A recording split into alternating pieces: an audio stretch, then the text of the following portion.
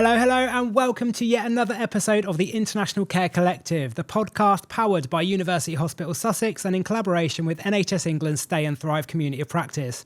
As always, I'm your host, Sam, and I'm here as a practice educator for multi-professional international recruitment. And we are here today and joined by our wonderful guest today, Sibghat. Welcome, Sib. Thank you. Thank you for having me. Thank you ever so much for joining us. We really appreciate you being here today and spending your time with us here today, most importantly. So first things first, tell us a little bit about yourself. So, my name is Sibghat. That's a bit of a difficult name, but you can call me Sib. So I'm a nuclear medicine radiographer or technologist, and currently I'm working as a nuclear medicine tech here in Royal Sussex County Hospital. Lovely. Level 2. Yeah. And how long have you been with us? It's in the UK. It's been about a month. A month. Yeah, I came in on 4th of May, if you remember. Yeah, I remember. I just obviously our listeners may not know, so I'm trying to pull this information out of you. So yeah, I've been here since it's been about a month and now. A couple of days. Yeah. And how are you finding it? Oh, it's really great. Honestly, I'm enjoying the weather. Everyone keeps telling me, "Oh, that's not the UK weather. There is something ahead of it." And I'm trying to prepare myself. But every day the weather is pretty great. It's sunny, and it was raining. The storm, it was great, to be honest. I love some rainy weather, so it was really great. I'm enjoying it really a lot. Amazing. Yeah. And I have to agree with people. This is not normally what the weather that we get, so we have been quite lucky of late, to be perfectly honest. Yeah, with everybody's trying to prepare me. Brace yourself for the cold. Yeah. Bless yes. you. Yeah. And tell us and our listeners where you originally came from. Where is home for you? So I came from Pakistan. So basically, I live with my family in the south of Pakistan. That's Karachi. That's literally like city like Brighton. So that's city on the shore. Nice. So Karachi and Brighton to me just literally looks the same, to be honest. They both have the seashore on, they have the seashore, the beaches and everything. And originally I'm from the north of Pakistan. So that's the bit, if you go towards the north of Pakistan, towards the Chinese border and all that sort of thing. So my ethnic background is from there, from the north. Yeah. So, yeah. Amazing. Yeah. And just for our listeners and for me, because I always ask you this and I always forget, so please do tell us, what is a nuclear medicine technologist / radiologist? What is it that your role is and what do you do? Yeah, I'll be honest with you.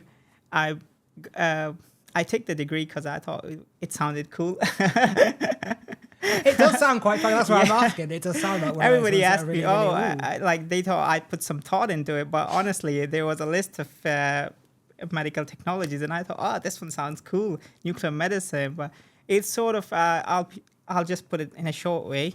So it's basically radiology, but the radiation source is not a machine. Okay. So in X-rays, in CT scans and that sort of thing, fluoro, etc., the machine emits radiation. It goes through the patient and is detected on the other side on a detector. Right. In nuclear medicine, what we do is basically the same procedure, but what we do is we deliver a radiopharmaceutical into a patient's blood. So that's basically the bit that is radioactive. And now it's in the patient's blood, and it circulates around the body, and then we detect the gamma radiation that is being released from that radiopharmaceutical in your blood. Right. And we just have cameras, or what we call cameras, so they're basically just detectors. Okay. So we detect those gamma rays, and it's like after a bit of reconstruction and all of that sort of mathematical and physics thing, you see the image. So that's what it is. So basically the patient is the source. So the patient has that radioactivity inside him, and we are just trying to catch it. Yeah. And compare that to X-ray or radiology, the patient doesn't have any radiation or anything. Yeah. Basically, the radiation is coming from the machine. From the machine, and it crosses through the patient and it's detected. So that's basically the difference. So it's what we call physiological imaging, and radiology is what we call anatomical imaging. So that's a bit of a difference there. So you said you chose this because it sounded quite cool. Now, I cannot be the only person that's listened to what you've just said and automatically had the Incredible Hulk in the back of my head of injecting gamma radiation into people. Yeah, so I thought we would just convert to Hulk or something. Yeah. So gamma rays. It was just medicine. There in my head. I was just like, I can't be the only one thinking that. honestly, we had no idea. Amazing. Well, thank you for letting us know that and giving us an insight into what you do, because I'm sure everyone will, like, when you said what you do, they were going, what's that? That's what we are. Honestly, it's I have to explain nuclear medicine to literally every person I meet, and I'm thinking of putting those cards. Yeah. When people ask you, oh, how tall are you? Yeah. Or how, This is my job. Yeah, so This I'll is just, what I do. every time they ask me, what's nuclear medicine, I just give them the card. Give them a Okay, you card. can just read this.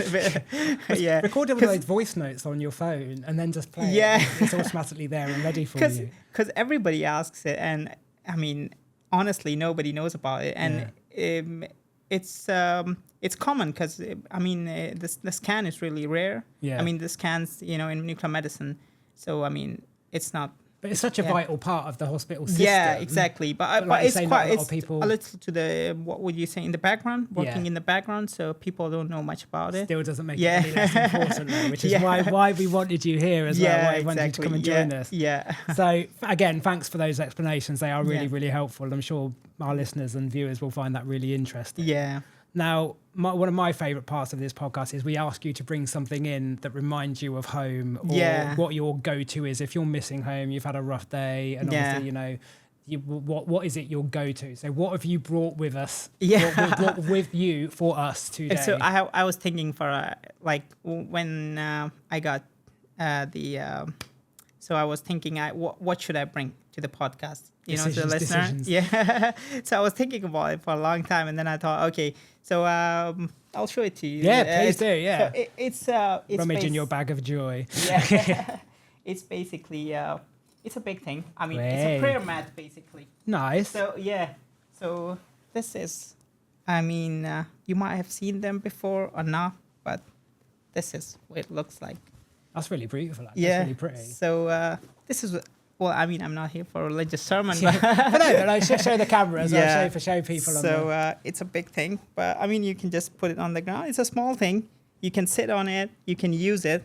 So basically, my mother gave this to me. Nice. So every time I miss home, so basically, you can just sit down on it, and it's usually used for prayers. So I usually sit down to pray and everything. So then I think about it. It's just like home because it's just part of.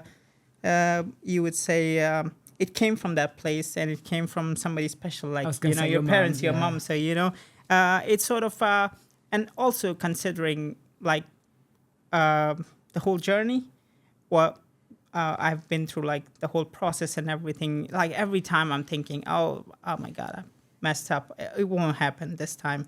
I think I've just lost the chance, and then somehow things turn around. So I mean, it's a reminder to me that this prayer mat and everything, and the prayers, everything that, every time you lose hope, everybody has hope in something. So I have in this, you would say in my prayers and everything, that, okay, even if you lose hope, there is nothing, you can't see anything. Okay, it's dark. Okay, there is no chance of anything happening. And then suddenly something good happens, and it keeps reminding me of that. And also I'm intrigued. Yeah, it's nothing. It's just my watch. So I checked it when I was looking for stuff, and I checked it, and then I was thinking, oh my God, because I didn't wear it since I came in here, and it's still on Pakistan time. So if you can see, it's still right now it's 6:30. Yeah. In the evening. So I thought, okay, this is, I mean, how the time difference and all of that. So you have to tackle that, because.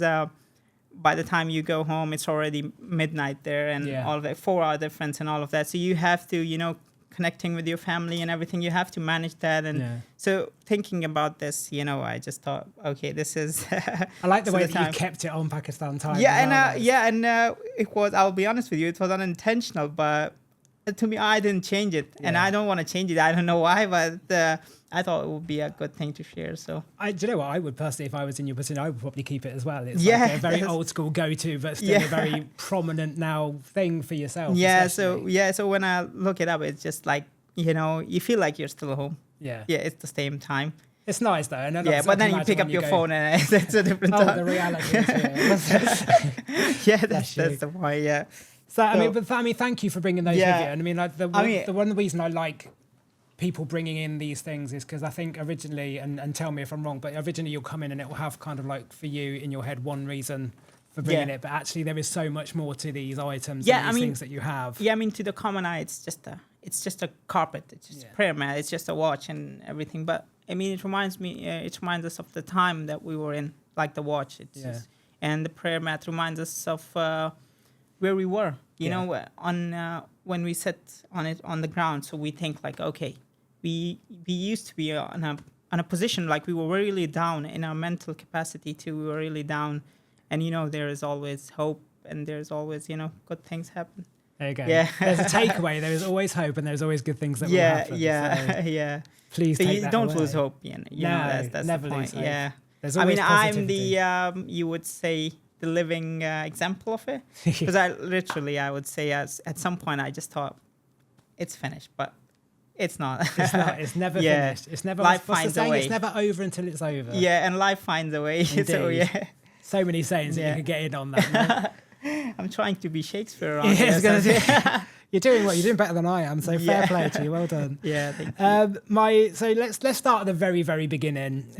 What made you decide to come to the UK and the NHS? Was it the adventure, the opportunity, or was it plain curiosity? What was your driver to come here? So, in the start, it was when I started my degree. I didn't know we had any opportunity in the UK or anything like that. I had no idea. Yeah. When I came in, we saw most of our seniors, they were coming to the UK, and, you know, it was sort of motivation. And considering, I mean, the economical status of Pakistan and all of that, I mean, I'll be honest with you, everybody knows it's not a really good one. So, when slowly I started, you know, going through the years, like first year, second year, through the degree, and third year. And then I slowly start to read about it, look about it, like the NHS and everything. And I had that sort of, because in Pakistan, the hospital I was in, SIUT hospital previously. So it is a charity hospital, charity organization. So their motto was free healthcare for everyone. So that, considering that, and about reading about the NHS, because those are the values that NHS holds, free healthcare for everyone. Because I've seen around the world that their healthcare is really expensive, and even in Pakistan, because the hospital I was in was literally the only hospital that would give that care to people. Okay. Yeah, and for free. So that value stayed with me. And reading about the NHS, I was intrigued because, you know, it's the UK, you know, it's one of, like, you would say the standard of, you know, medicine. Because a lot of, you would study about your chemistry, biology. There was always English scientists, English doctors, and, you know, from the UK and these part of the world. So it was quite interesting. And then you would say it had my curiosity a lot of it. So, and apart from that, I had the opportunity, because staying in Pakistan while I was working and the economic situation deteriorating and all of that, I wanted to have sort of what would be financially, I would say, because, I mean, it's not a hidden thing or anything. You do sort of want to be financially stable and everything. And adventurous, yeah. I really love to, you know, because I've never been to the UK before, and pretty much I've never been outside of my house, to be honest. Like, I mean, coming to the UK, and literally this place was totally new, and I was looking around. I couldn't believe it where I was, and like I love the adventure side of it already, and I was looking forward to it before I even came. So there was a lot of you would say factors to it, but working for the NHS, it's a privilege. Honestly, the people working for the NHS, the healthcare workers, and yourself. You're too kind. So I mean, it's really amazing. 1 month in, and I'm literally a fan of the whole NHS, the healthcare workers, and everybody else. Honestly, the people are so kind. So I'm having a great time. Do you know what? That's really, really I lovely to stretched hear. it a lot. I feel but you know, you maybe say you stretched it, but all valid points, and it's something that you don't really hear said a lot, is the love and the fan of the NHS. And how what it's done for you in a very, very short space of time. Yes, exactly. Already. Yeah, exactly. It's Shows I feel how important. I feel like a new like turned over a new leaf. Would that be the phrase? So it's life changing. Even my parents, they are really proud. I'm feeling proud of it, what I've done, what I've achieved, and even my siblings, they are really proud. And they just no pressure at all. No pressure. Yeah, and but I really love it. I'm really loving my time, and I'm sure I'll be, enjoying it the same way as I am today, even in the future. We hope so. We all hope so. Yeah. So for our listeners, can you just explain kind of what your pathway was? So obviously for you, who did you have to register with in order to actually do your job? How was that kind of navigating that kind of situation for you? Yeah. So first and foremost, I had to have the basic requirement for the NHS to work as a nuclear medicine tech, you would have to have a bachelor's degree in nuclear medicine. Yep. Or if you are a bachelor's in radiology, you need to have an experience in nuclear medicine. Yeah. So, but because I was working as a nuclear medicine tech already, I have bachelor's in nuclear medicine. Yeah. So what we have to do is, so the first part is while you're applying for a hospital in the NHS, you have to check your level. The level, I mean, is if you are trying to apply for a standard level and for the initial basic level. So what you would do is get like, for example, it's 1 year experience. For example, you are on, and you have an year experience in your own home country. Yes. So you would try to applying for Band 5. Band 5 would be a good position for you. 2 years experience, Band 6 like that. Yeah. So you are trying to focus and trying to target that one specific band of yours and trying to apply to those, because that would increase your opportunities to get an interview and all of that. Yeah. So, and apart from that, in nuclear medicine, you have to have a valid license from your home country. Because in the UK, you would need an HCPC and an RCT later on for greater roles like Band 7 and above, and even in Band 6 in some places. So it's sort of a changing here and there. The requirements are changing here and there, but those are the basic ones. You need to have a bachelor's degree. You need to have an experience in nuclear medicine. You need to have a license in your own country. Yeah. So these are like the basic requirements. And apart from that, you have to understand the values and all the, you would say, the requirements that the trust requires you to have. So you would have to go through extensive studying of the descriptions and the requirements and everything. Because like I say, that the values are specific, they will vary from trust to trust. Yeah, they vary from trust to trust. In the end, they are literally all the same. Yeah. I mean, everybody is trying to be there, like for patient first approach. Every trust is trying, and so is University Hospitals Sussex. So they are all same in some degree. Yeah. But you have to be specific about some of the values and some of the requirements. Yeah. Yeah. So that's pretty. And how did you find doing the interview? Obviously via Teams and things like that. It's a lot different than doing it in person, I can imagine. Though. Yeah.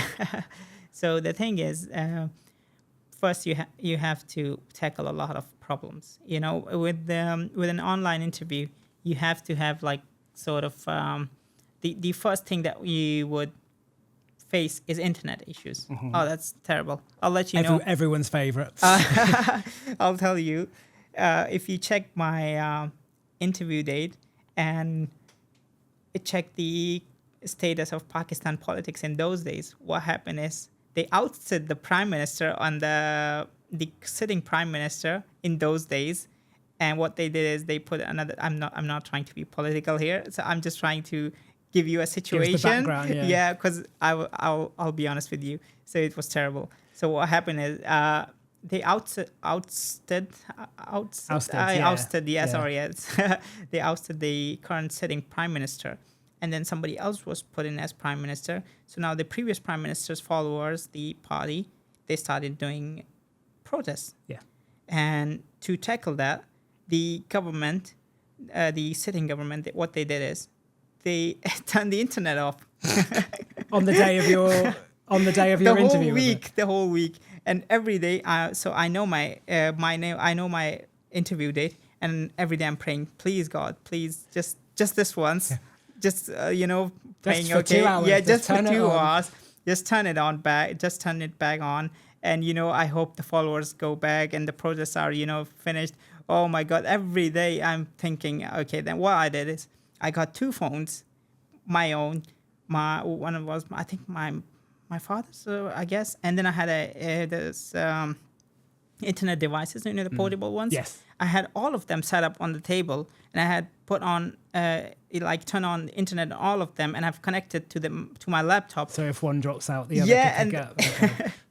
And then it was honestly, because the signals were you couldn't even do an SMS or even a call. It was really terrible, and I was thinking about it. I was thinking, oh my God, just 2 hours. It's literally, That's a lot of pressure for an interview that's not even work-related problems. Yeah, exactly. And I don't know. Like I said, problems are following me for some reason. But then what happened You're is a magnet. yeah. And like I said, there is hope. There's always some help comes around. And what happened is, as soon as I turn on the interview, and as I logged in, the internet worked fine for the whole hour. It didn't stop in the middle. I had my whole interview, and just as it finished, and one of my senior, Nadia, she's a really awesome colleague now. So she told me, and just when she told me, okay, we are done, and the internet stopped. The internet stopped. And I'm connecting all of it. I'm connecting the router. I'm connecting everything. Oh my God, please don't. I'm thinking, okay, there's still some part remaining or something. She just said, okay, we are done with this. And then it stopped. And I couldn't see anything.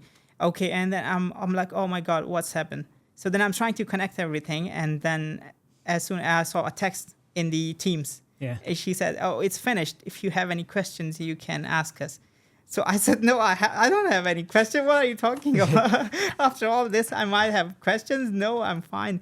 The internet worked literally for that 1 hour, and it didn't work again for the next week. It didn't work again for the previous week. It was terrible. So it was meant to be, I would say. You're saying there's always hope. I think I'm telling you, this is if I told this to somebody, they would think it's sort of some out of a movie or something, because it can't be real. After that many issues, you can't just be successful in something. But like I said, but you were, hope. And here you are. Yeah, I am. And thanks to my colleagues, they were really nice to me on the interview. Yeah. And the interview part is a bit, you would say, apart from the internet, I mean, there is no such. You would say issues or anything, because it's literally a clear thing. You have to answer the questions and everything, and making sure they get the answers, and trying to wrap your whole thing up, your whole personality, your whole experience, everything up in a 1 hour question session. It's a bit of intense thing. Intense, And I had my notes on me the whole time. I was walking here and there until the time of the interview. So I was walking in the room from one side to the other side and just reading. Pacing back and forth. Yeah, I was reading through the scans and everything. Okay, I don't want to forget this. I don't want to forget that. But I mean, it went well. It's all worked out for the best, because here you are. Yeah. So thank you for that. So that's an amazing story. And we're going to go on to your next one. So your first day in the UK. So you've arrived, you've landed, you're on your way, you're here. What was that like for you? Did anything kind of surprise you? Was it kind of what you're expecting? Well, of course I wasn't. I was expecting a lot of good things, but it was even great. Okay. To be honest, I can't complain about anything. It's as soon as when I was coming in the flight, when it started going down, I saw the plains. They were all so green. I'm really a nature person. I really like trees and plants and all of that, you know. Every day I go down the Abbey Road. I take a picture of the flowers on the right-hand side of the Abbey Road. Yeah. For some reason, I don't know, but I just love them. And they smell really good. So I saw it from the plane up above, and I was like, oh, my God, it's so green, so beautiful. I mean, and the houses, you know, I noticed it, the red color on the house, like the iron oxide color on the roofs. Yeah. Oh, I saw that, and I was like, because in movies, if you see in shows, British shows and everything, you do see that red house, you know, the red oxide colors. On TV, basically. Yeah, and I couldn't believe it. I was like, oh my God, it's I'm already there. And you asking if I couldn't believe for at least 2 weeks. 2 to 3 weeks, I was just, you know, trying to make up my mind, like, what's happening? What am I doing? Where am I? I remember when I was checking in with you as well. I was like, are you okay? Yeah, fine, I think, yeah. So it was, you know, it was that sort of thing. So, and even on the way to here, because, you know, it was a day off. Like I said, that was a problem too, because when I was booking for the plane, there was a miscommunication between my father and the agent, because he was trying to talk to him. And then he got it on Sunday, which was a day off in the UK. Yeah. And I didn't know if I had gotten it on Monday. It was a bank holiday on Monday. Yeah. So, but when I came here, I knew about the bank holiday. I didn't know about the bank holiday before that. I thought it was bank were closed. Just a Monday. I thought banks were closed on that day, but I was like, why would that affect anyone? Problem, yeah. But then I realized, no, it's a proper holiday. So the miscommunication, then it led to, and then we had the chat and etc. And I was trying to, but when I came in, I didn't have anyone to, you know, to receive and etc. And I mean, that's common with everyone who comes to the UK. They are on their own most of the time. So but there was no problem coming in. Everybody was so helpful. Everybody was so kind. On the way, when I got off the plane, I didn't know, in the Gatwick airport. So when I got off, I didn't know where to go. I just stood there like, you know, a statue and looking here and there, because there's a lot. And then I thought, okay, everybody was walking in a straight line. So I just said, okay, I'll just go in the straight line. Okay, like a herd, you know, like a sheep herd, you know, just keep walking. And then I got asked somebody, like, where should I go? I'm an international, I'm not a UK citizen, so where should I go, you know? And they told me, they were kind enough to help me with that thing. And then I got on the immigration. And I'll be honest with you, I was pretty scared. I was, I shouldn't be doing that, to be honest, because like I told you, the Turkish airport incident. I was. We will come on to this, because I was. But when I got to the immigration officer, he just checked it, and you know, thank God for the NHS. He just saw the sign NHS and he said it's fine. And I just walked off. I was hoping I don't get a search or something. You know, they just put me in a room or something. Because, you know, we saw it in the movies a lot. So I was like, oh, my God, I don't want that search or anything. But it was fine. You know, it didn't. It was easier than Pakistan. Yeah. I'm a citizen of Pakistan. I have the Pakistani passport with me. And they asked me even terrible questions and even more questions than the guy sitting in the immigration office. He was like, okay, that's your passport. That's your the sponsorship, the visas, and the vignette on the passport. And he just checked it and put it in the system and everything, and it was fine. That must have been quite relaxing once you were past that bit. Of course, and then I just came out and I couldn't find my bag. We've all been there. But the thing is, not finding your bag is a different thing. But being on an airport for the first time and not knowing where to look for your bag is a different thing. So you are just going around here and there. Trouble. Yeah, and so you are going here around, you know, looking for if somebody is going that way or this way, and you know, because sometimes you are even tired of asking. You know, you're like, oh my God, that sounds so irritating. Okay, can you please show me this? Can you please show me that? But, you know, I found it. It was just coming around. As soon as I walked in, it was coming around the belt. Yeah. And I just ran and grabbed it. Perfect timing. Conveyor belt. Yeah. Really, I don't know. Everything is happening great. So, you know. Amazing. Yeah. And what was your first day in clinical practice like? So the first day, so after you'd been here, we'd obviously done your bits and pieces in the background while we were waiting for you to be able to start. What was that first day in your unit like? So when I walked into the hospital, first of all, it was so beautiful. All the paintings and everything, and the department in nuclear medicine. If you have been there, it's really beautiful. It's really I would say picturesque sort of thing. And when it's nicely done. I must admit. Yeah. and I went in and I was like, oh my god! I even took a picture of the nuclear medicine ball when I was coming in. I still have that, and I was like, oh my god, this is happening. And then when I walked in, I was waiting on the reception because we didn't have those key cards and doors that are like regulated by a key card and all of that thing back in Pakistan. So I was just so I tried to open the door, but it didn't. Trying to get in a door with no path. Yeah, thank God I didn't push it really hard enough and break it. Yeah, the NHS will be suing me for that. You're paying for a door on your first day. That's not a good start. Yeah, but thank God I saw the what the little pass entry. The green thing, small green blip. So then somebody at the reception just let me in. So as soon as I got in, I saw my manager, Mariam Joseph, which she's really kind, and one of my other seniors, Bonita, and all of that. They were standing at the door. They were standing like they are, welcoming somebody like coming from. Welcome, yeah. Nobody was at the airport, but they were standing here. Yeah, like holding a card and all of that. So I just got in, and everybody was so nice. They keep telling me, oh, welcome and everything. And they showed me around the department. And even in the first hour, they showed me around everything, just to make me feel familiar and, just to let me take it in all of it. Because there are a lot of rooms and, there's small corners and everything. You have to know about everything. And one of my colleagues, Patricia, she's a really, really helpful. And,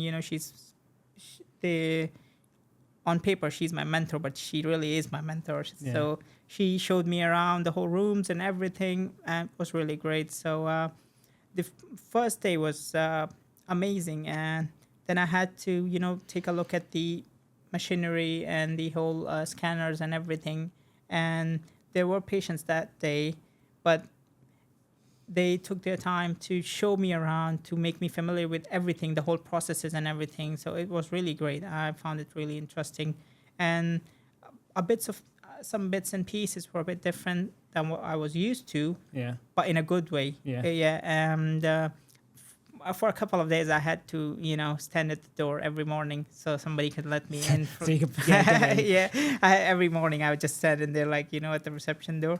Because if I was in a bit early, then there was nobody at the reception. So then I had to stand outside, like loitering with intent.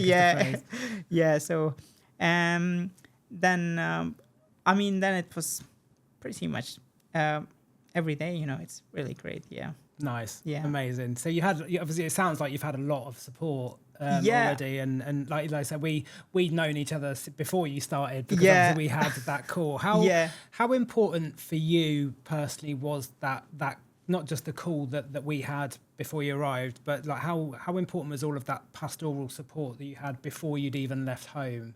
How important was that for you? Yeah, because before the interview and after the interview, there's this thing where you are in, because you don't know anybody, because you don't know the interviewers that took your session and everything. You don't know them. You don't have any proper contact with them. And I mean, rightfully so. They are busy with their own things and everything else. And you don't have any, you would say, connection with anyone else at the hospital. So when your email came and those files were amazing. The files that you piled up. My guides, my lovely, they were really great, honestly. And I read through them. And I'll tell you, when I read the kitchen guide, the cook guide, the dietary one, I was so relieved. Oh my God. I was like, because before that I was feeling like, oh my God, what would I eat? Because I'm used to, Asian food and all of that. What would I eat? Would that be like How am I going to survive? Yeah, yeah. Because no, like it's not like I don't love British food or anything. The British breakfast, But I was like, oh, how would I survive on? What would I survive on? Like, what would I do? And how? But when I read that bit, like, it's the British culture has been so diverse in the past few years and everything. They're like everything felt so familiar. Yeah. Like you didn't feel like okay, there's something different. Okay, you can try the fish and chips. You can try the beans and toast, but you can also try the chicken tikka masala and the naan and everything. Yeah. So that's the thing. You like I said on the first day when you came in, I said, okay, tell me where can I find fish and chips? Yeah. Because that's I've been hearing for a long, long time, and I was like, oh no, I want to try this. Yeah. Before I even try anything else Asian or anything, I want to try the proper fish and chips. Yeah, proper fish and chips. And of course, we are in Brighton. There's a sea beside us, so there should be some good fish. Hide from the seagulls whilst you're doing so. That was so it was really, and the interview I had with you, like I said, it made you feel so familiar with everything. It felt like you have already been here in Brighton, in University Hospitals Sussex, because the way you were guiding me through the map section and everything, showing me around. Because the first day I came in, I didn't use the map. I just went down the road because I had that image in my mind that you showed me. And I just thought, Sam showed me the beach and everything. And I just went down the beach and took a walk and everything. And I didn't have to look up on the map. It just felt familiar, that sort of thing. And I would say that interview with you was the best part, because you don't have any, like I said, you don't have any communication or connection with anybody at the hospital or anything. So that was really a great guide, and it made you feel familiar. It made you feel at home. That sort of thing. And you were very relaxed in the corner. Very relaxed. I mean, you could see me in the interview because I was feeling... At the beginning, you could see you were very, very nervous on the edge, but at the end of it, you were like... And if you remember, I had flu on that day. So I was away from the screen. Yeah, I was sneezing and all of that. But it really felt good. And also the instructions on the Gatwick Airport. That was, I would say, the best bit of guidance you could give anyone. Missed my calling. How to get from A to B. Yeah. So I mean, if I had landed on Heathrow or anywhere else, I would be lost. And also the way your guide and your interview, so that sort of bring out, like, you were guiding us through the financial things too, because most people will think like, okay, you are coming to the UK, you have a lot of money or something, that sort of thing. But when you touch those sides, like, you are trying to make the international candidate coming in, you're trying to give them options to save money and all of that, which is really, really, really helpful in that period of time, because you are trying to save, so you can pay the rent here, you can pay other things for the groceries and everything. I mean, you already brought in a full month grocery already in 2 bags. Your little goodie bag, yeah. I'm stuck on that. Oh my God, I would blame you for it. But those OTs, the hobnobs, stuck on that, yeah. I'm already bought like every, they gave me the card. And I will show you the card to you. And I've been eating them every week. I go to Lidl, I buy 2 or 3 of those. And I'm eating it every day. And then all of a sudden they gave me a card, and look what it says. Oh, Cookie Monster. Yeah, I love it. And there you go.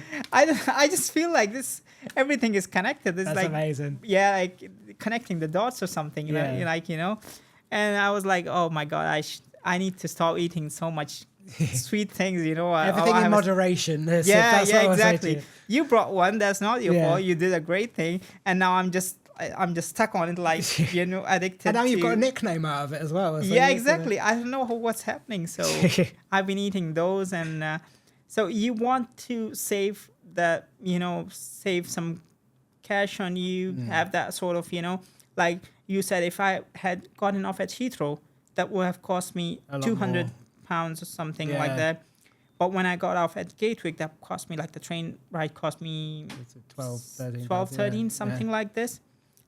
if you compare that, It's you it's could, a no-brainer, isn't it? When you think about it. So if you think about it, it's like it's really great. So I would. You would keep doing it regardless, but I would ask you to keep doing it for everyone. It's really great. I am still going. Thank you for that. Bless you. Even after that, sorry, I'm just stressing go it for more. it. Yeah, every time something happens, and if I tell my parents in Pakistan, if I tell them, okay, there is some problem here, even with the visa situation and all of that, and even after I came here, I told them, okay, it will take around a week for me to get my sign off to after the blood test, etc., the test clearance, etc. So every time I tell them, Mom, I have a problem with this thing, and what should I do? Or I tell my brothers something. Okay, I think there's a problem. They're like, ask Sam. I'm famous already. I'll tell you, they've been asking me. My brothers, they're twins. So they ask me every day, okay, how's Sam doing? And I'm like, he's fine. He's all right. You don't have to. You don't have to keep asking me every day. And every time something turns up, they're like, oh, ask Sam. He would know. Yeah. And I'm like, yeah, he would know, but I don't want him to. He isn't the CEO of NHS or anything. But I don't want to trouble him all the time. But I do trouble you all the time. But what did I say to you on that phone call when we had that conversation? There's no such thing as a stupid question. Yeah, exactly. And you answer it every time. And even if you are busy and everything, you still answer it. And it's really, you would say it's really relieving and it's really helpful. Like I said, you have just become a household name in Pakistan, to be honest. Not just in the UK, but in Pakistan. So everybody in my home knows you. I look forward to meeting them one day. That's my next mission. Yeah. They will watch or hear this podcast. So. Oh, bless them. Yeah. Hello to the family. Yes. So my next question for you, when you arrived to the UK, how did you find the understanding of the day-to-day English language? So obviously you have to do your English language course and provide evidence of that. Yes, exactly. But obviously, I suppose the reality and listening to me and anyone else with accents and things like that. Exactly. How was that for you?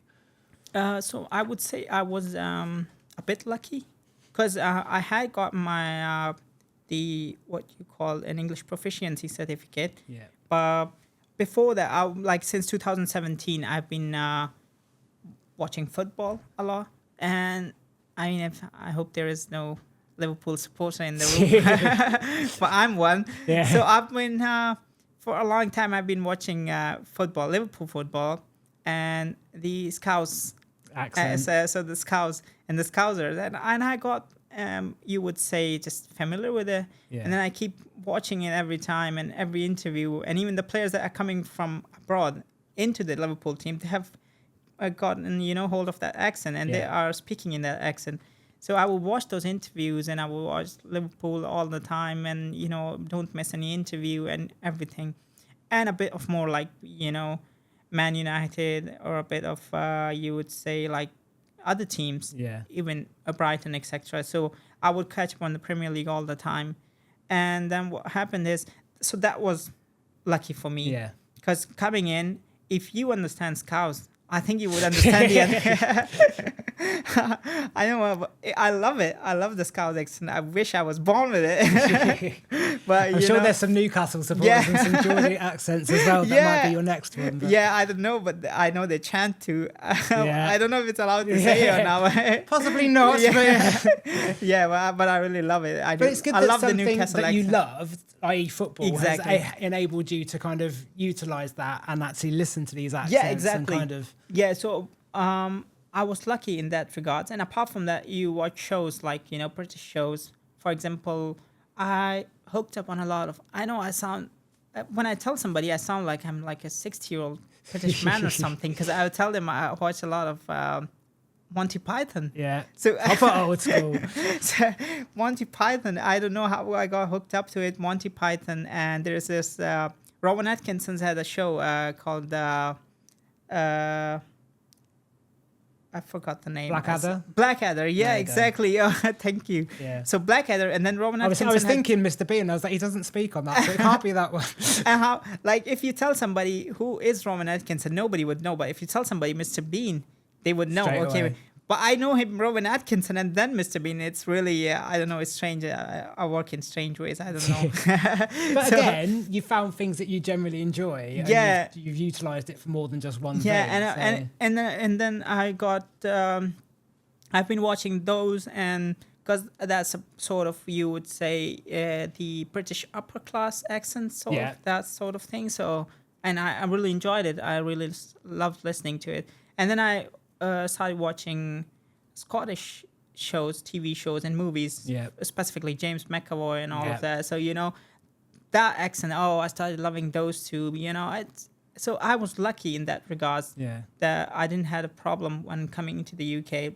That had to be like, I had to keep that thought in my mind. Okay, I need to understand the accent too, and that might be a problem. I didn't have that. So it's almost like you'd done research without doing research.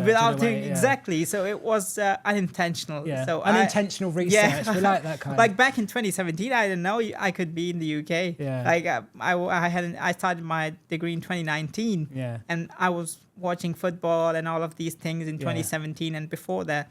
So, I mean, you were well prepared without even knowing you were well prepared. Yeah, exactly. Life finds a way. Like I said, it's indeed. Bless you. So I didn't have to deal with it. It was pretty good. Right, so now we come on to my favourite part of the podcast, and most of my guests kind of fearful part of the podcast, but I do generally love it. Okay. We are coming Thank on God to... I don't know it already. I was going to say, brace yourself. We're coming on to the board of joy. Can we have the jingle, please?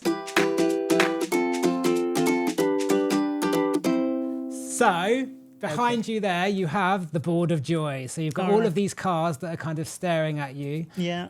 I want you to pick 4 of those cards. On those cards are going to be separate questions, and you're going to give them to me, and they're going to be your next questions for the rest of this podcast. Okay, 4 of those.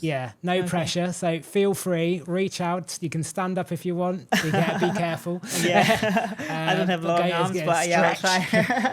Okay. And then pick those 4 cards and then pass them to me. No peeking either. Okay, all right. So I would choose. Up to you. All up to you. Okay, I would choose number 5. Go on. Because that's one of my lucky numbers. There you go. So right.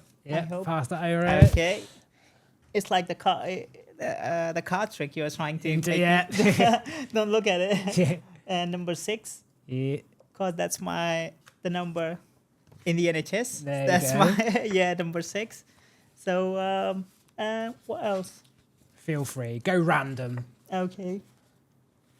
Just pick something in the Queen. So there you go. You got one more. Okay, we can pick number 1. Go on. Okay, I hope I don't fall off. All right. Okay, here you go. So, thank you for the exercise. Always a pleasure. Always a pleasure. Make sure I exercise my guests while they're here as well. So. Right. So, good first question. Well done. Good picking. Well done. How has working in the NHS so far impacted your personal and professional growth?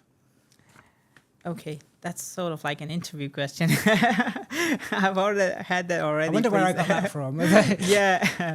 So, a lot of personally, I would say, like I said, the values NHS holds about the patient-first approach and also free healthcare for everybody, and these sort of values, like these align with my personal, I would say, personal values. Like I feel like healthcare shouldn't be like, it shouldn't be something of monetary value. Everybody should be able to get it for free. And it should be of like higher standards, not just like, okay, it's just a hospital, it's free, and But I mean, working at the NHS, you don't feel like it is free healthcare, like a government hospital. Back in, I would say in Pakistan, I hope the Pakistani authorities don't see this. They're not going to let you back in. You would have to give me something, like indefinite leave or something. Because I would be stuck on the airport. So if you go to a government hospital, it literally feels like, I shouldn't say, but the worst place on earth, because there is no proper regulations or anything. There is no proper, I would say, like staff hiring, everything. It's literally just nobody knows how they do it. Okay. Like it's not on merit or anything. There is no interviews or anything. Everything is going on behind closed doors, and pretty much that's the thing. Yeah. And if you think about it, the patients there are literally just they're terribly treated there. Okay. Just because they are getting free healthcare. Sorry, they are getting free healthcare, so they are treated like, okay, they aren't paying money, so you could just treat them like you want. Okay. And it feels really, really bad, you Yeah. know. Yeah, like if they It sounds wrong. yeah, it sounds wrong. Obviously, I've not experienced Yeah, it, so but exactly. So somebody who has experienced that, and now when you feel like, oh my God, he's just, he shouldn't pay for something, and you shouldn't be treated like this if you don't pay for something. If they go to a private hospital, the same person in Pakistan, they would be treated differently. But they would be paying a huge amount of money, and that would be like fortune of money for their healthcare and everything. And to deprive someone of healthcare just because they don't have that money or they don't have that monetary, belongings and everything to give, it's terrible. Yeah. And the NHS, when I came in here, I mean, I walked in. It's a totally different experience. It doesn't feel like anything. Like everybody is treated equally. Everybody is treated so respectfully. The patients are very respectful, and the staff and the healthcare workers everywhere, they are so respectful to their teammates, to the patients, and everybody. It feels like so. Everybody is so kind. Yeah. Regardless, they are worked out, they're tired, they have been working the whole day, and they still make sure to make the patient feel comfortable and make the patient. So that's what happens. Like on a personal level, I would say this. It aligns with like the patient first approach and the healthcare for everyone approach. That aligns like with my values, and it has been really a great impact on my life. Yeah. And I really sleep comfortably. Yeah. Thinking, okay, I'm part of such an organization, I'm part of such hospital that, I don't have to worry about anything, like somebody would be treated badly or anything. And there wouldn't be a day where I would see this. Yeah. So that it's, it's really great. And professionally, because, I mean, oh my God, it's really amazing. The standards, the regulations, and the amount of data that is being collected on daily basis. It's really amazing. Like you would have to have a very precise system to have so much data about just one patient, and the entire system, the IT, the whole healthcare workers, the paramedics, and everybody is like they are in such a good loop that they are. It's and working like professionally, like the best thing I see, and I've been telling this to everybody in Pakistan. I'll be honest with you. Been selling the NHS in Pakistan. So when I told them there is no, because in Pakistan they have fingerprints everywhere, because attendance fingerprints. Okay. So when you walk in to the hospital, you have to put in a fingerprint. And then when you go in, do your work, and then it's 4 o'clock, 5 o'clock, and then when you go outside, like you go clock check, in, clock check. out. Yeah, exactly. Yeah, Okay. exactly. And I was telling them there is no such thing in the NHS. I was telling them because everybody is sincere. Yeah. Everybody knows they have to walk in, do their work, and go back. Nobody is going earlier than what they are assigned to. Yeah. Nobody's walking in late or anything like that. Everybody is on time. Everybody is, properly following all the regulations related to everything. So it's sort of an example, like, the sincerity and the commitment, the professionalism, all of these, they've had a great impact on me and going ahead, with everything.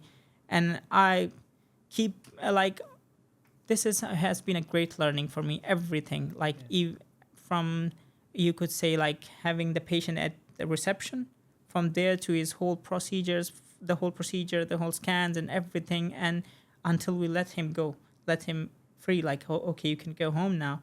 The whole thing has been so professional, properly regularized, and the standards, etc. And we are in a radiation department, so we have even more stricter regulations and everything. Tracing and yeah, exactly. You have to put everything on 2 to 3 databases and everything, and that's good, and everything is so spot on, and you would say everything is like they have track of everything. Yeah. Even the bins, they're in track. Yeah. What's going in, what's going out. Yeah. In Pakistan, nobody cares if you throw a bin out. Nobody cares. Bin. Yeah, it's Bless everything is so tracked. It's amazing. Yeah. So I'm going to move on to this question because you're kind of semi-answering it already. So, Yeah. like, how does the UK healthcare system differ from the one in your home country? So you've touched on that. Yeah, exactly. So, Professionalism. I mean, that's because in Pakistan, the healthcare system, the healthcare workers, I mean, the doctors and everybody, they are really professional. They are doing their best to keep that system intact. They are trying. We have doctors here from Pakistan. I myself have worked in a Pakistani hospital, so I'm not saying the workers are like, they don't care or anything, but they are working really, really hard in Pakistan to keep the system intact. Because if they don't, the healthcare workers don't, the system will just fall apart. Yeah. The only people that are holding that system is the doctors, the nurses, the allied health sciences professional, the paramedics. Those are the people in Pakistan that are holding it together. Yeah. There is no administration. There is no proper system.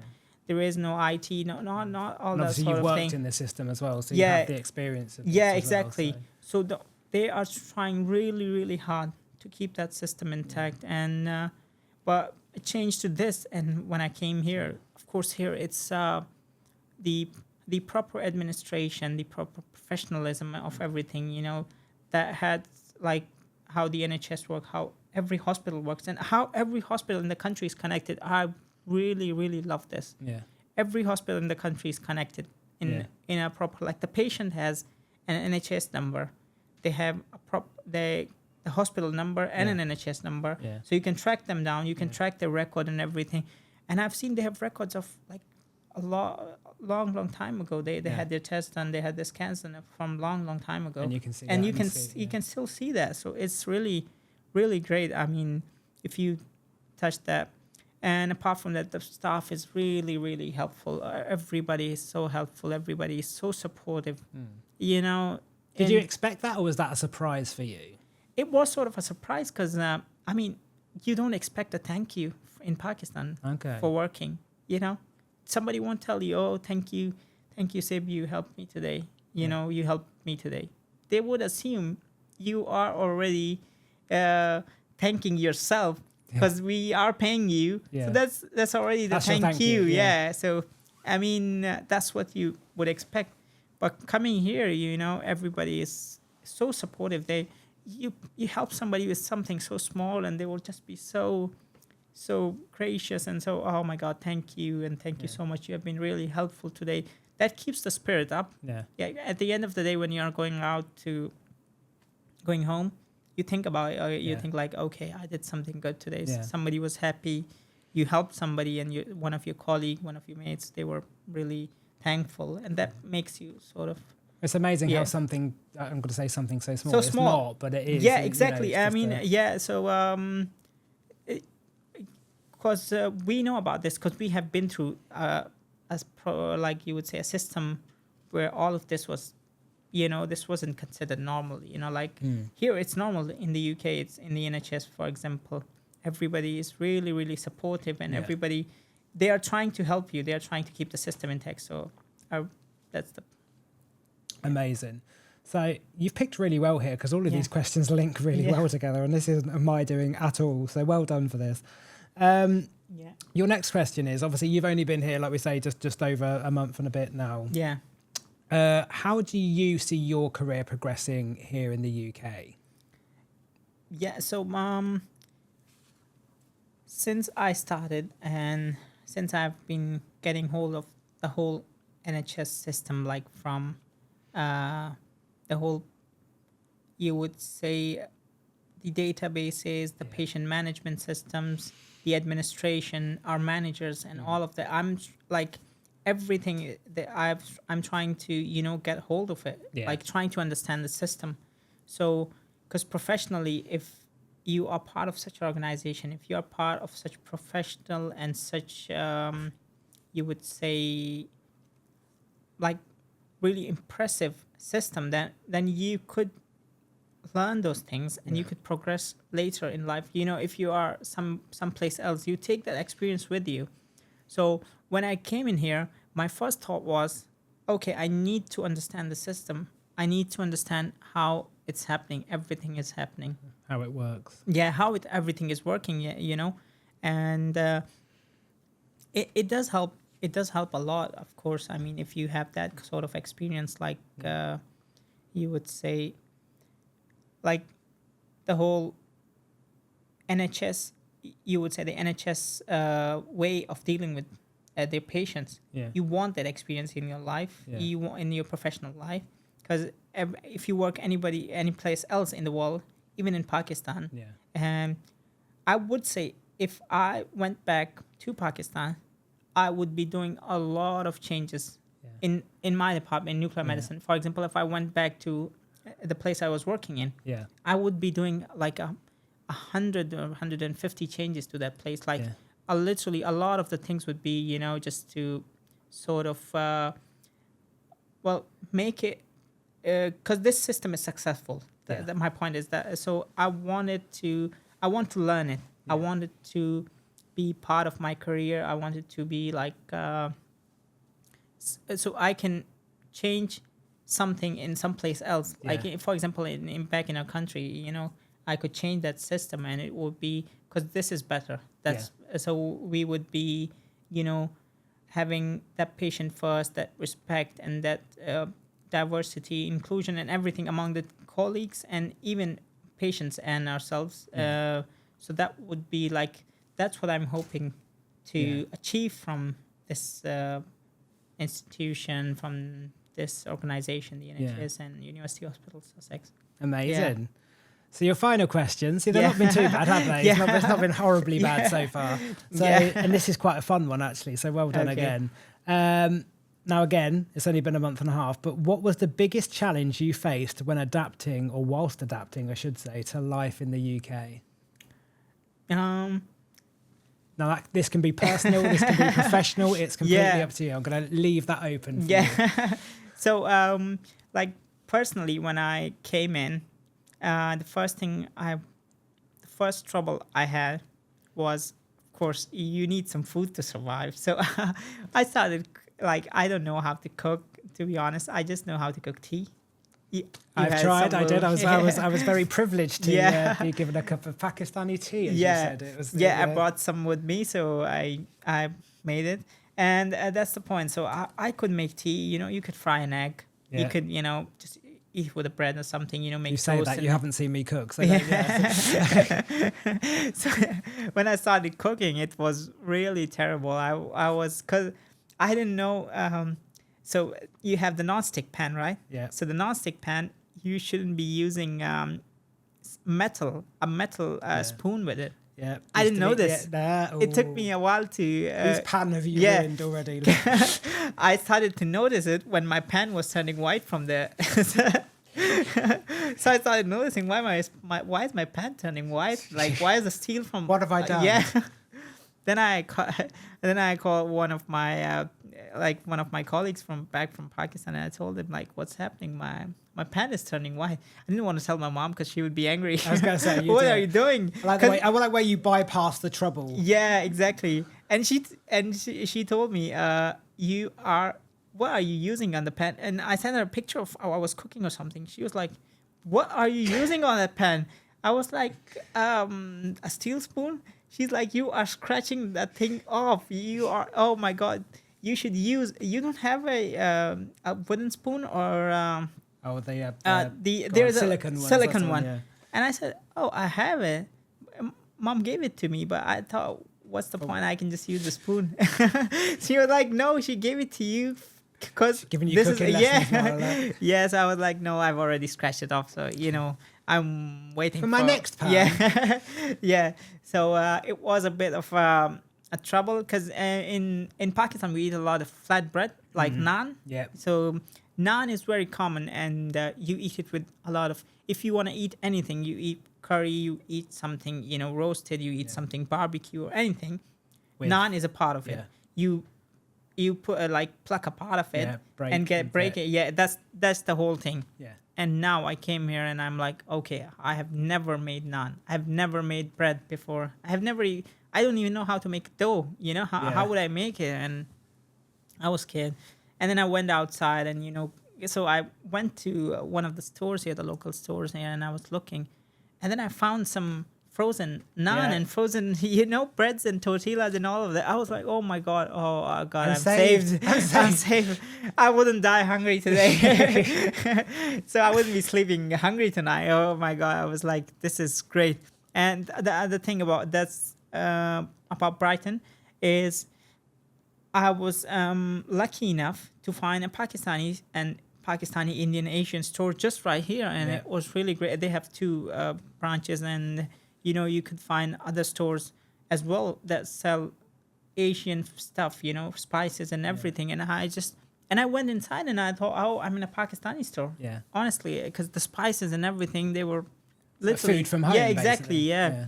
And I brought all of it, and then one day I was like, oh my God, this is costing me too much. So I was like, oh, I can't keep I need to learn buying. how to do Yeah, this. yeah, I need to learn how to do this because this is costing me a fortune, you know.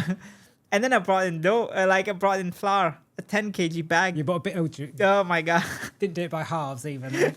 Proper full bag of flour. No, I bought the whole thing, and honestly, that was a really stupid idea too, because I was lucky enough that the flour I bought was good. Yeah, it was that sort of thing that there are different flours. I didn't know this. Yeah, because there is if you want to make bread, that's different. If you want to make dough for naan or roti, that's different, and it's different flour. I don't know. I just thought everything is I just flour. grabbed this big bag, 10 kilo bag of flour for it was the cheapest one and the one I could carry.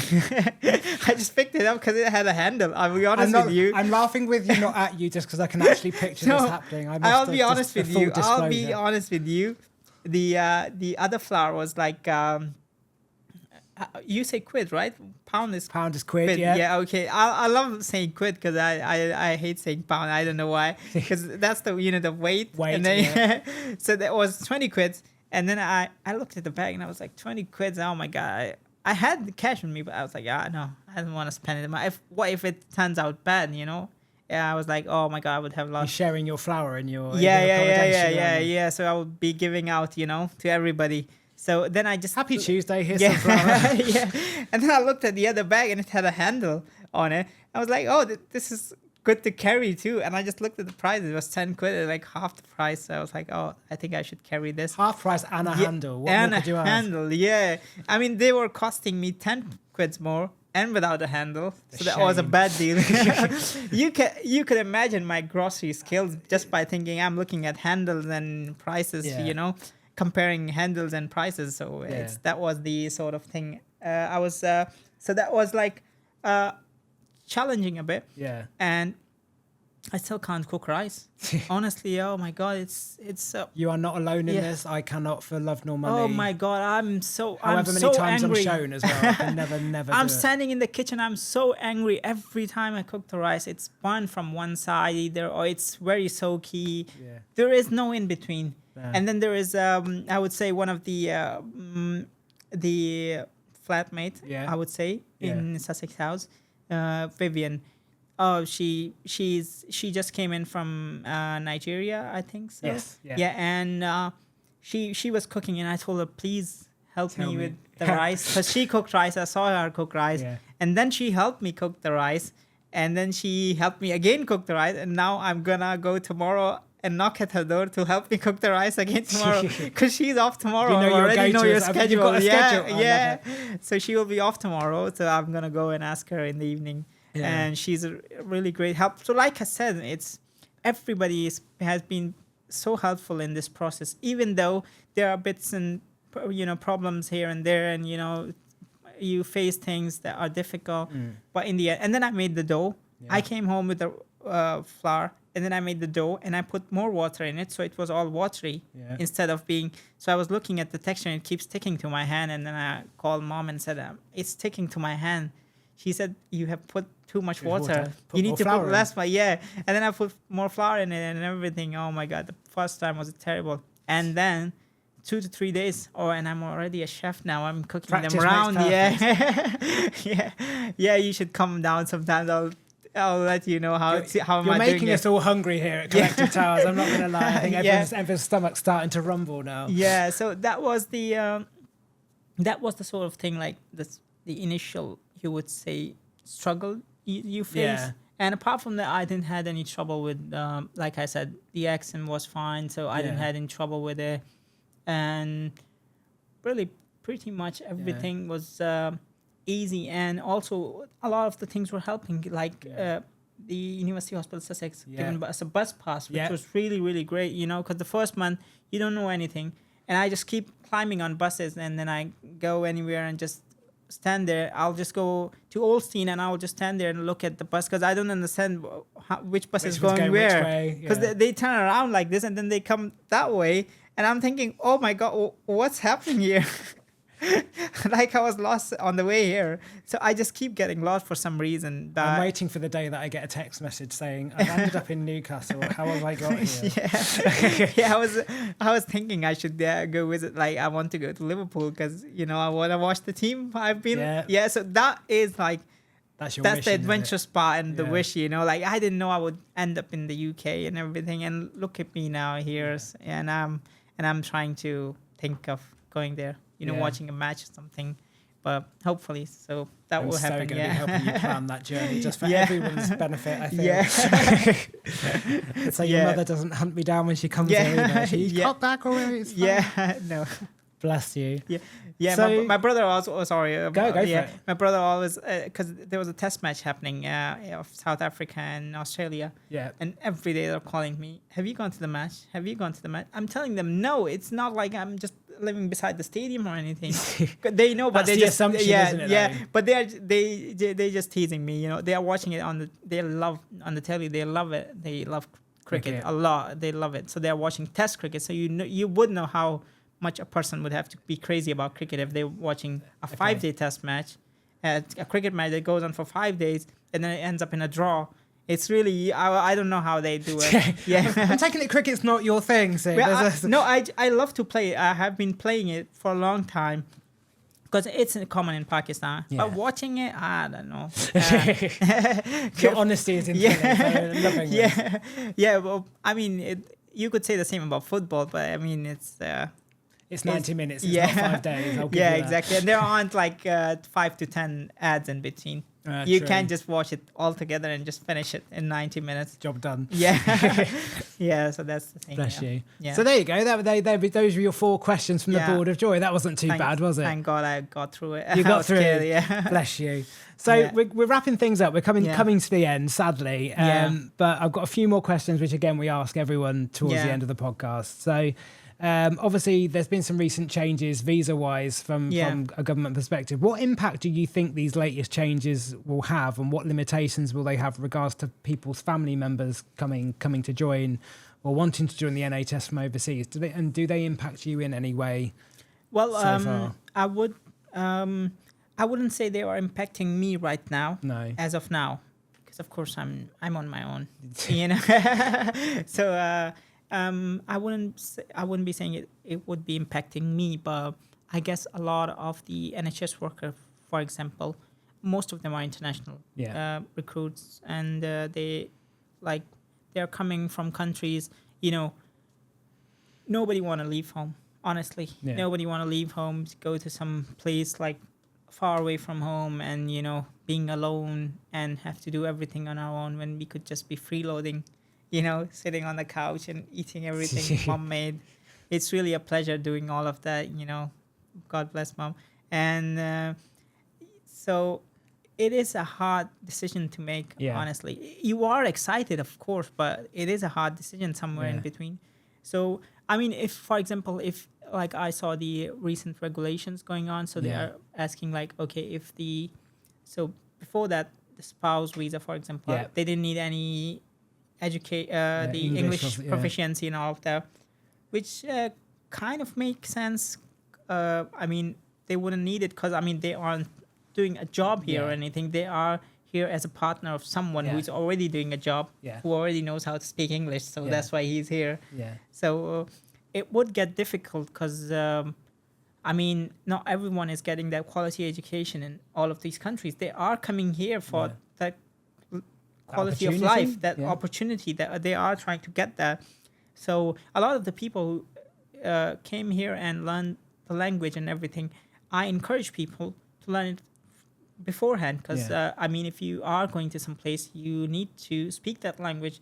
And like for example, me, I was I think I told you I'm trilingual and all of that Yes. stuff. So like I speak regional 3 to 4 languages in Pakistan, and then I learn English, and you know that's sort of a school thing. Yeah. Like you just learn at school and all of that. I didn't know, or maybe it was Monty Python. Back to good old Monty. Yeah. So that was that sort of thing. So it would be like a lot of, and like I'll tell you now. So in Pakistan, it costs you like a minimum salary in Pakistan, like is I would say £100. So somebody working in like a daily job, like you know a daily wage job or something, they would get like £100 A day or month. a month? A month. Okay. I mean, you could compare that to the UK where they will be getting different. And for example, the IELTS exam, like the IELTS, if you Yeah, want to get the that's your- proficiency, yeah. that costs around £200. Yeah. £200 for an IELTS exam, he earns £100 A month. a month. Yeah. So he has to save 2 to 3 months just to give an exam. Yeah.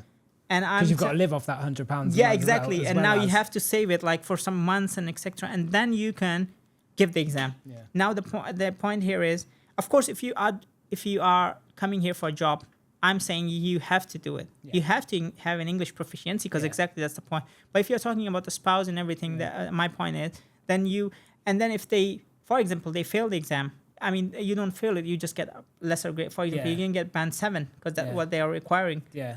Now you get band 6. You are unfortunate. You get band 6. Now you Yeah. have to give that 200 quids again. Yeah. To redo. Just redo it.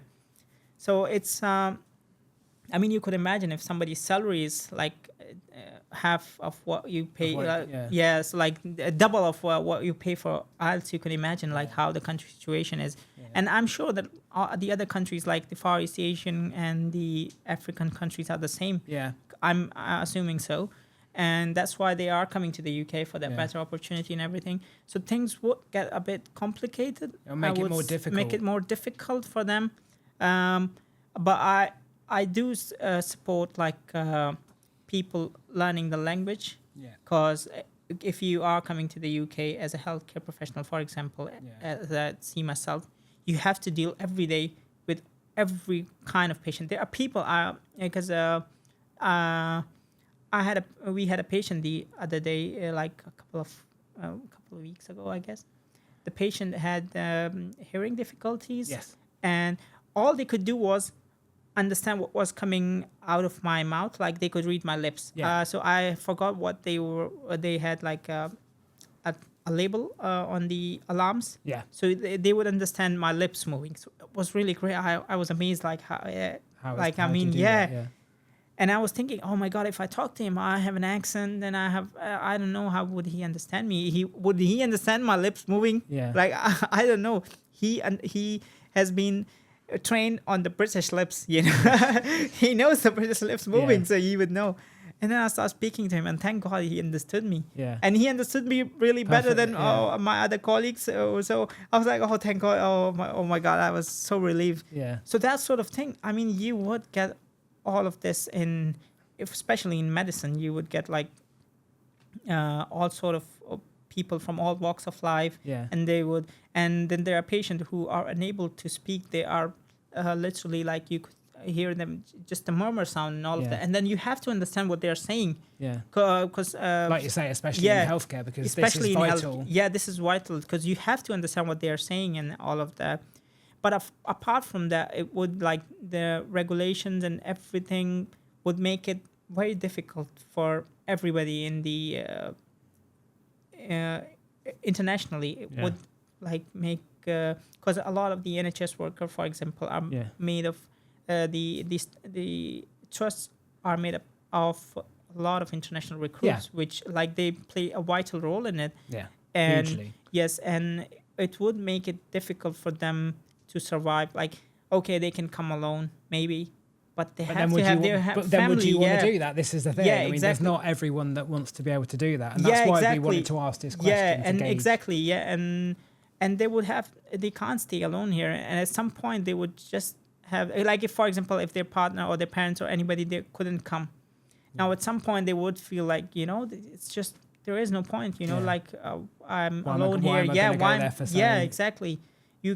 So they would just move back. Yeah. And it would be like a sort of it's a shame. Really. Yeah, and it would be sort of a difficult situation for the NHS. Like, how many workers would just go back? Yeah. Yeah, I mean, how many people would just say, okay, we don't want to work here, we can just go back, go to some other country, go to our home country, and have some time with our families and everything. Because in the end, we're all doing it for our families. Yeah. For our partners and everything. It's if you aren't, nobody's doing it for their own self. No. Honestly, I mean, if it was about me, I could survive on a couch. Yeah. You can just put it on the ground. Yeah. And just one pillow. That would be like life. Yeah. Yeah, I'll tell you that. Simple and things. I'm sure everybody has that sort of thing. They want to live in comfort. Yeah. But we want to do something for our families. In the end, it's for them. It's for our loved ones. And if there is sort of the regulations getting stricter and stricter, and in the end, it will become a really messy situation.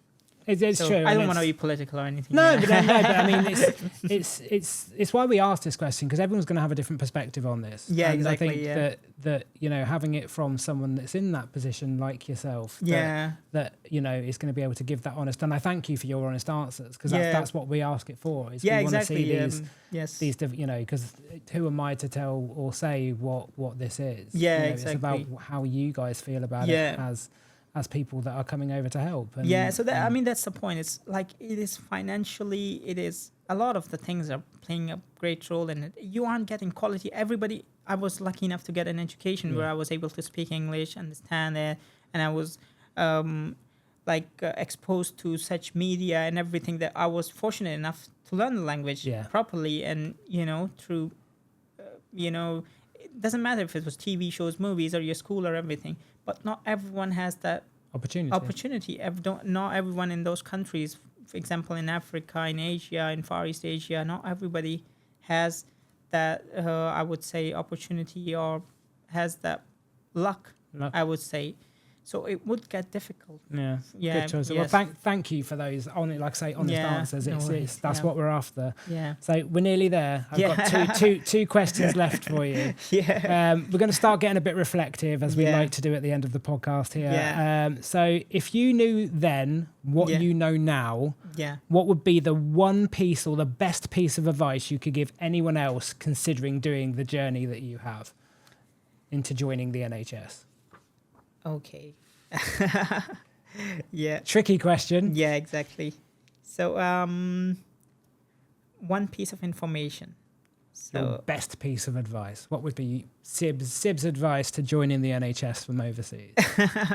Yeah. So, I would, my juniors in the university and everybody, since they know that I'm in the UK now, and because I love helping people, helping my colleagues with everything that I can, as much as I can. Yeah. So every time they ask me, like, I want to apply to the NHS, I want to work in the NHS, what should I do? Yeah. I'm not. Some would say, oh, I'm not getting any interviews or anything, and I would just tell them, okay, first of all, what you need to do is, you need to look up the job you're applying. You need to look up the hospital.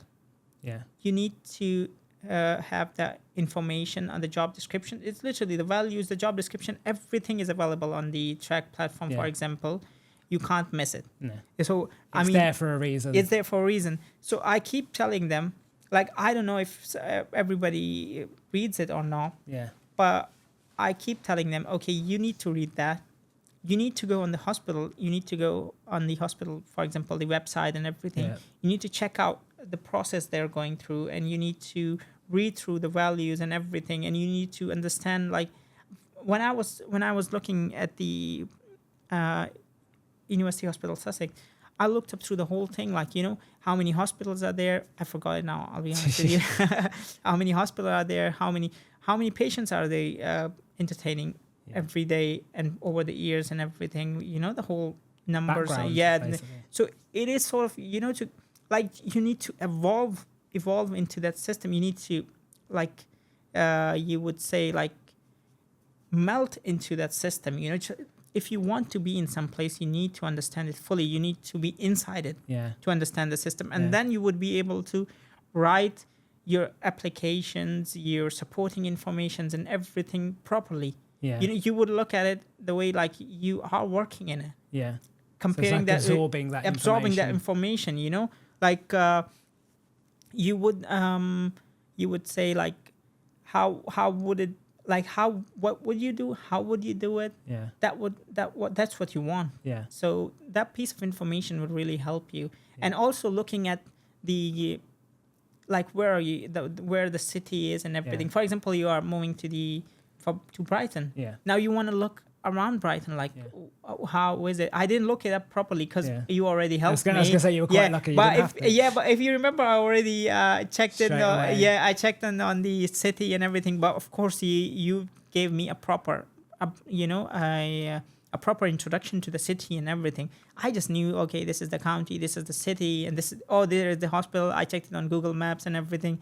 But like that's what you want. Like, you want to read that piece of information. It is there for you. Do your research. Yeah, do your research. And apart from that, for the visa application, oh my God, you can't get me started on that one. So anyway, it's you want to for the visa application. I have been, one of my colleagues, she's already arrived in, I think she's in, I forgot, I think she's in Bath, I think it is. So she has arrived there in the NHS.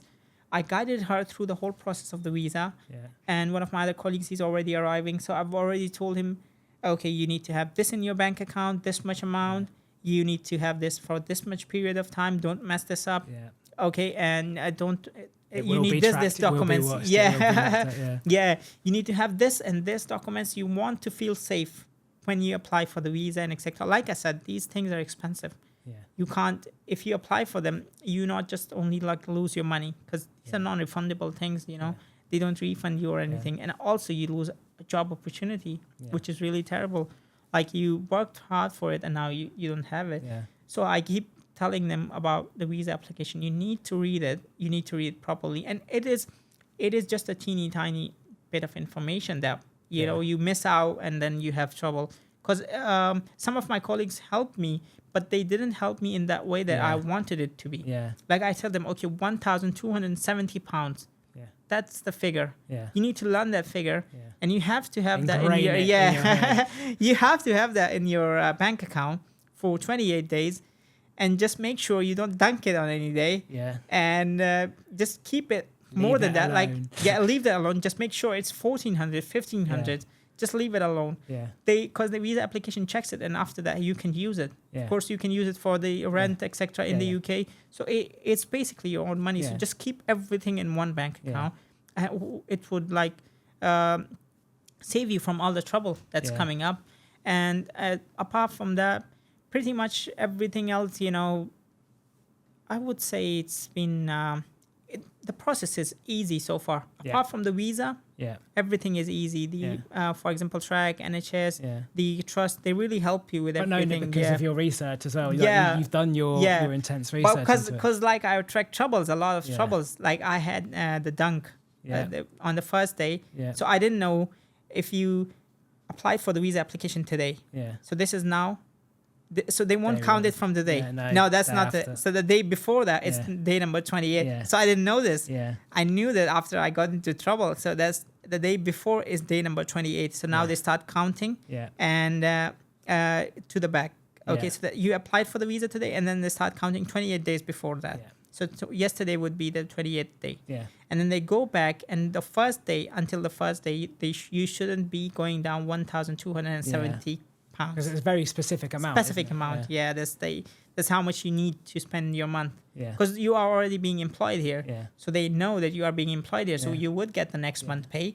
But what would you do with with the first month? Yeah. Yeah, so that's the point. Yeah. So that number, you need to ingrain it. Yeah. Everybody coming here to the UK, they need to learn that number. They need to I suppose it's like forward planning as well, right? I mean, yes, you need that money. It's not just to prove to the Home Office and the visa. It's more to say, well, actually, I'm going to have enough to survive on for that month before my first. Yeah, exactly. Paycheck, Yeah. So it's not just about the visa.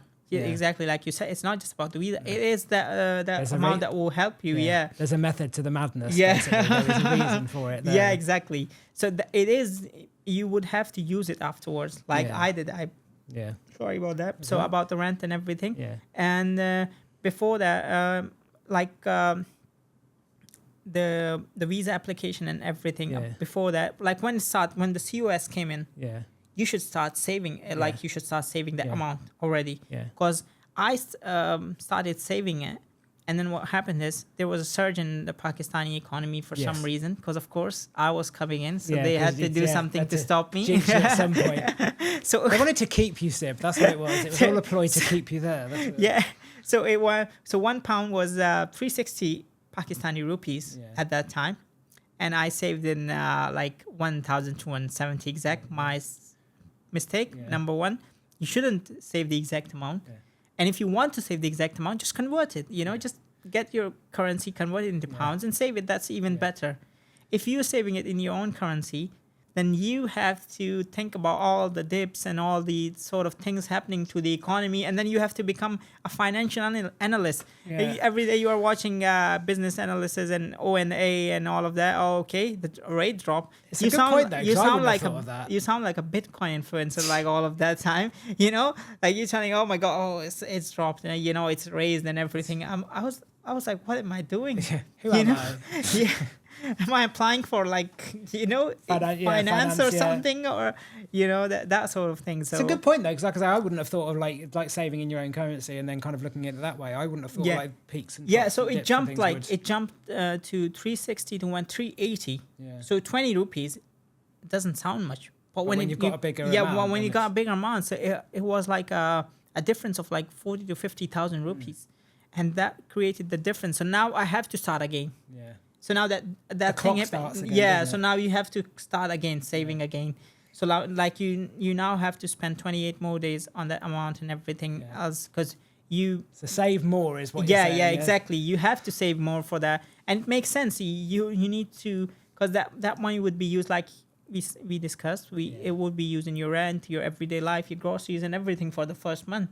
So you want it to be in a proper amount, and it does make sense to me that the visa, we would say requirement. It does make sense to me, which is good. If you don't have anything, you would just come here and I don't know, just go around. I guess. Hope for the best.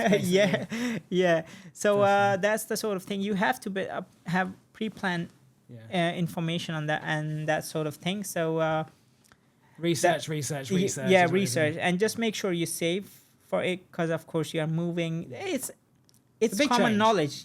It's common knowledge. You are moving to a new country. You won't have anything on you if you don't take anything from your home. It's that simple, But you have to save it from way before. So you need to remember the figure 1270.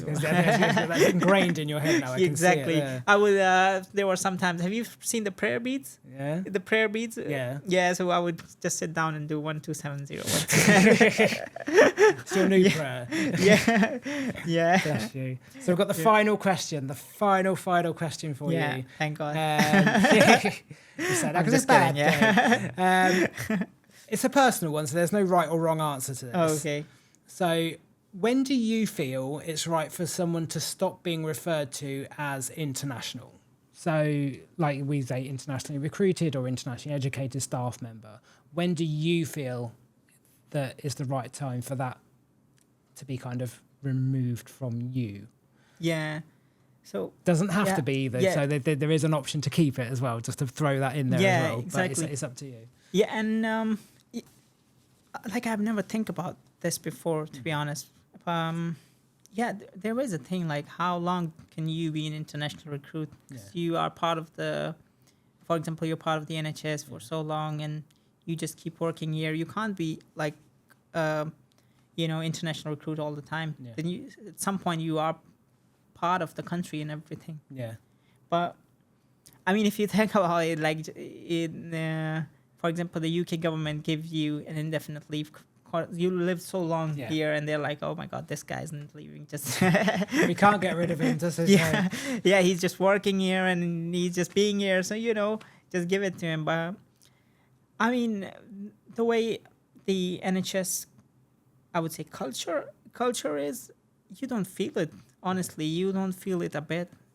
Like even I think after a year or something, you would just diffuse into it. It would just it would just dissipate or disappear. Yeah, exactly. So but I can't give an answer to that, to be honest. You're quite early on as well, right? Yeah, exactly. You need to remember that. Yeah, but I would remember that, and it is a really, really good question, honestly. Like, when do you stop thinking, okay, I don't belong to this place? This in about 6 months again, just see where you're at. Get me on another episode.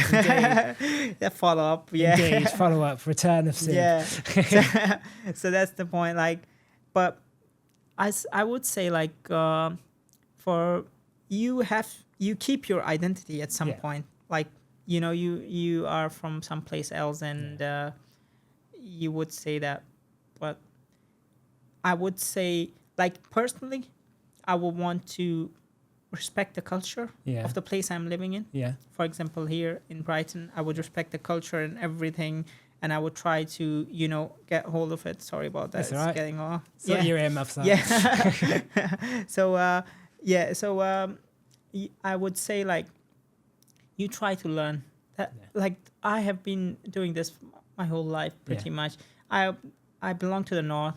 I speak a different language. Yeah. So I was sort of an international candidate in my own country.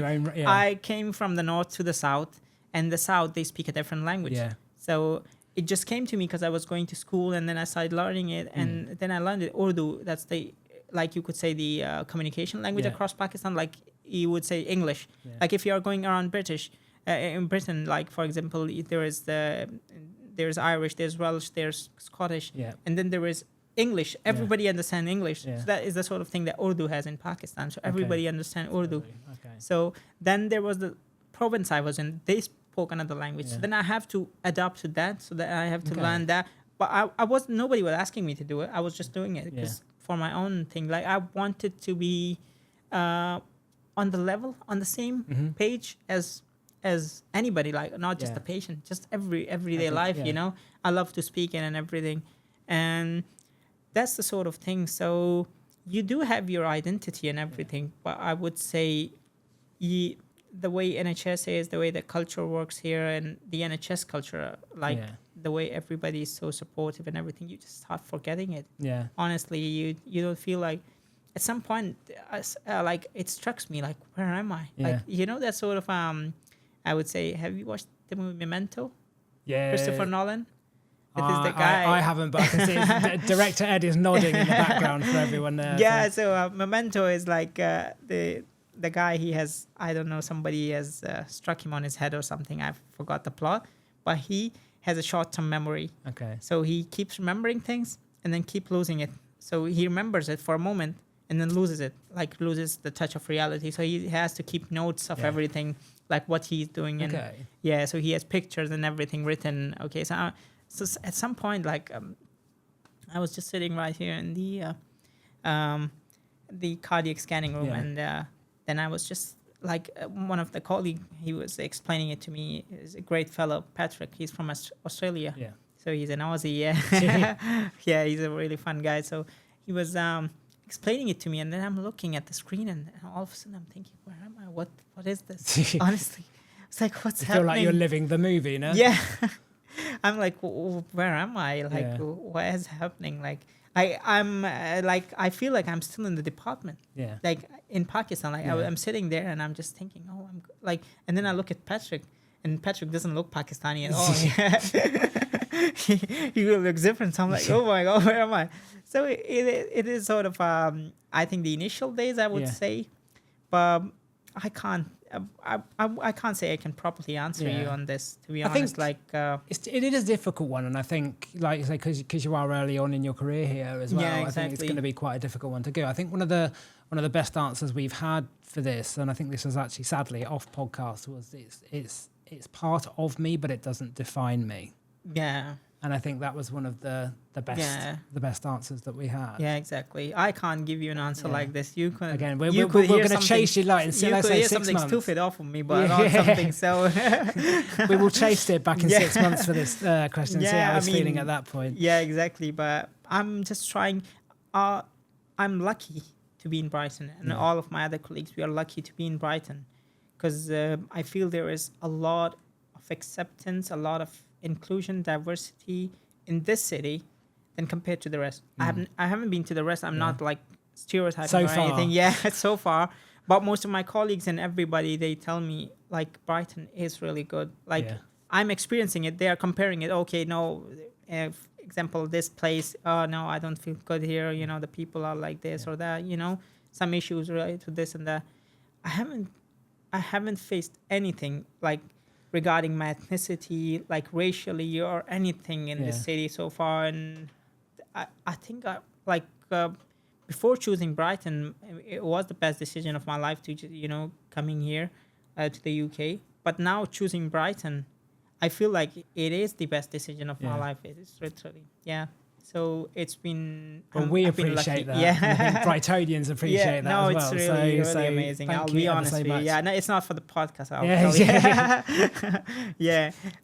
So thank you. Yeah. Well, no, and that was it. That was our final question. Yeah, thank you ever so much, Sib, for joining us. We really, really appreciate it. No, and thank you for your honesty. Thank you for having me. Yeah, it's been an absolute pleasure. Everyone, thanks to round of applause for Sib there. Thank you so much for joining. Thank you, and like I say, we really appreciate it. I was to your standards, like the way you are. And more so. Thank you so much again. Again, thank you all for tuning in and listening and watching us and sticking with us through these amazing stories that Sib shared with us today.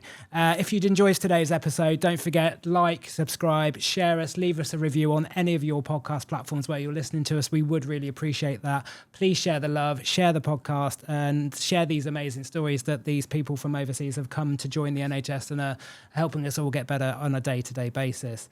A final word from me, as always, remember we are all humans before our job roles and before our job titles, so if we're going to be anything, be human and be kind. Until next time, see you soon.